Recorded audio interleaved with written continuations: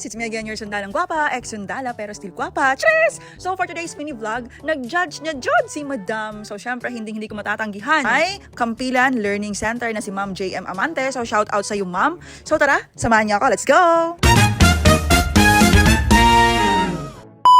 So guys, bago ang lahat umahambon pa. So problem ko kung paano ako pupunta. Kasi unang-una sa lahat guys, ayoko nang gumamit ng pick-up ngayon. Kasi mas gusto kong mag-commute. Dahil mas mabilis, walang hassle, di ba? Kaso nga umaambon. So ayun, ang start ng program is 9 AM. Pero andyan pa ako sa bahay. So wala ako choice. Talagang pinilit yung aking kapatid. Sabi ko, ihatid mo ako now na. Kasi ako na lang inaantay na judge. Charis! Kapili ko, di ba? Nung papaantay si Madam. Syempre, sibilyan na ako ngayon. Charis! Joke lang!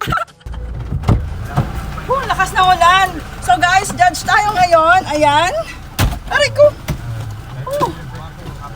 Di ba ako nakapagkilay pero gora lang. So, samahan niyo ako at puntahan natin yung tanawan ng ahulog pa guys. See you! Bye! A few moments later. Ladies and gentlemen, it is with great honor to introduce one of our esteemed Chairman Board of Judges, Ms. Sara De La Torre, also known as Sundalong Guwapa. A round of applause, please. Paki-follow ng page ni Ma'am.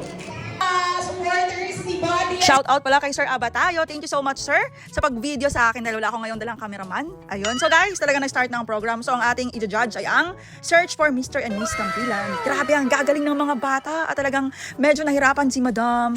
Sobrang ganda ng mga jeanswear, uniform at tarp, at saka yung power dance. Grabe guys, ang hirap mamili. And syempre guys, yung pinaka-the best at pinaka-hinihintay na lahat ang Q&A na kung saan talagang utak ang labanan. Pero lahat naman sila super galing. Pero syempre, sa lahat talaga ng competition, meron talagang Mr. and Miss, yung tipo talaga na ang bilis sumagot. Ganun. A few inches later. Hello. English, Tagalog. Dapat bang matulog ng maaga ang bata pag may pasok sa school? Bakit? Paano mo ipinapakita ang kabaitan sa iyong mga kaibigan? Hello! Hello! Ganda-ganda naman.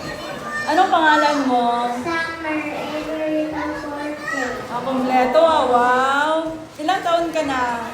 5. Importante ba ang pagiging malinis sa katawan? At bakit? Para po hindi madumi at mabago. O diba, ang gagaling ng mga bagets na yan. So after mag-judge ni Madam, diretso agad sa KCC guys. And syempre, sinama ko yung aking mga escort. Tres, kaambisyosa. Joke lang, yung aking mga pinsan. So lahat na yan pinsan ko. Sinama ko sila para diba at least minsan, lag-lag din kay ate. And of course, kailangan ko silang ilibre ng kanilang lunch. Busog naman?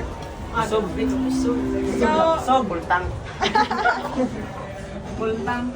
Then afternoon guys, nag-groceries na rin si Madam dahil di ba bilang isang mama, kailangan kong bilhin lahat ng needs ng mga bata. Like milk, diaper, yung shampoo ni Rich, ganun. At iba pa, ganun tayo always, di ba? Dapat parating kompletuhin lahat ng gamit ng mga bata. And then lang guys, sa araw na ito, sa lahat ng gustong kumuha kay Madam na judge, available na po ako ngayong buwan.